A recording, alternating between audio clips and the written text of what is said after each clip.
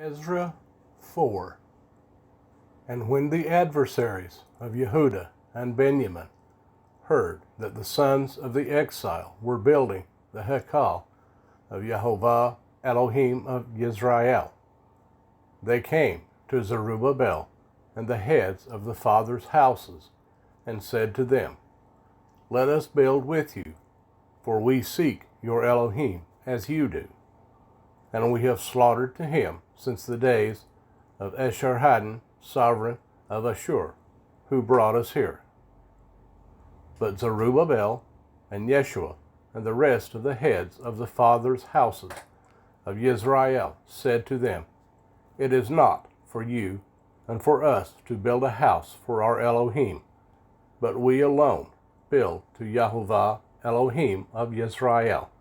as sovereign Koresh, the sovereign of Persia, has commanded us. And it came to be that the people of the land were weakening the hands of the people of Yehuda and troubling them in their building, and hiring counselors against them to thwart their plans all the days of Koresh, sovereign of Persia, even until the reign of Darius, sovereign of Persia.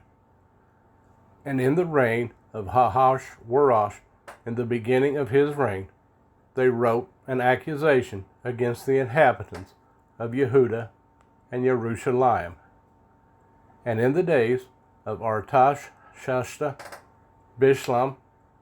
Mithridath, Tabeel, and the rest of their companions wrote to Artashshasta, sovereign of Persia, and the letter was written in Aramaic and translated from Aramaic. Rehum the governor and Shimshai the scribe wrote a letter against Jerusalem to sovereign Artashshasta thus: Rehum the governor and Shimshai the scribe and the rest of their companions, the judges and the emissaries, the consuls, the officials,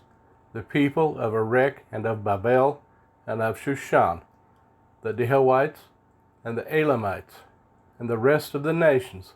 whom the great and noble Osnappar took into exile and settled in the cities of Shomeron and the rest beyond the river. And now, this is a copy of the letter that they sent him to sovereign Artashshasta from your servants, the men beyond the river. And now, let it be known to the sovereign that the Yehudim who came up from you have come to us at Jerusalem, and are building the rebellious and evil city, and are completing its walls and repairing the foundations. Now let it be known to the sovereign that, if this city is built and the walls completed, they are not going to pay tax, excise, or toll, and cause the revenue of the sovereign to suffer loss. Now, because we have eaten salt from the palace, it was not fitting for us to see the sovereign's shame. Therefore we have sent and informed the sovereign, so that search be made in the book of the records of your fathers, and you find in the book of the records, and know that this city is a rebellious city,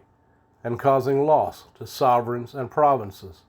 and revolt was stirred up in it since days of old, for which cause this city was destroyed. We informed the sovereign that if this city is rebuilt and its walls are completed, then you have no portion beyond the river. The sovereign sent a message to Rehum the governor and Shimshai the scribe, to the rest of their companions who dwell in Shomeron and the rest beyond the river, Peace, and now. The letter you sent to us has been plainly read before me, and I make the decree, and a search has been made, and it was found that this city in days of old has lifted up itself against sovereigns, and that rebellion and revolt have been made in it. And mighty sovereigns have been over Jerusalem, who have ruled over all beyond the river, and tax, excise, and toll were paid to them. Now, make a decree to to make these men cease, and that this city be not built until the command is given by me. And beware of negligence to do this. Why should damage increase to the hurt of the sovereigns? Now when the copy of the letter of sovereign Artashasta was read before Rehum, and Shimshai the scribe, and their companions, they went up in a hurry to Jerusalem against the Yehudim, and made them cease by might and power. Then the work of the house of Elah, which is at Jerusalem, ceased, and it ceased until the 2nd year of the reign of Darius, sovereign of Persia.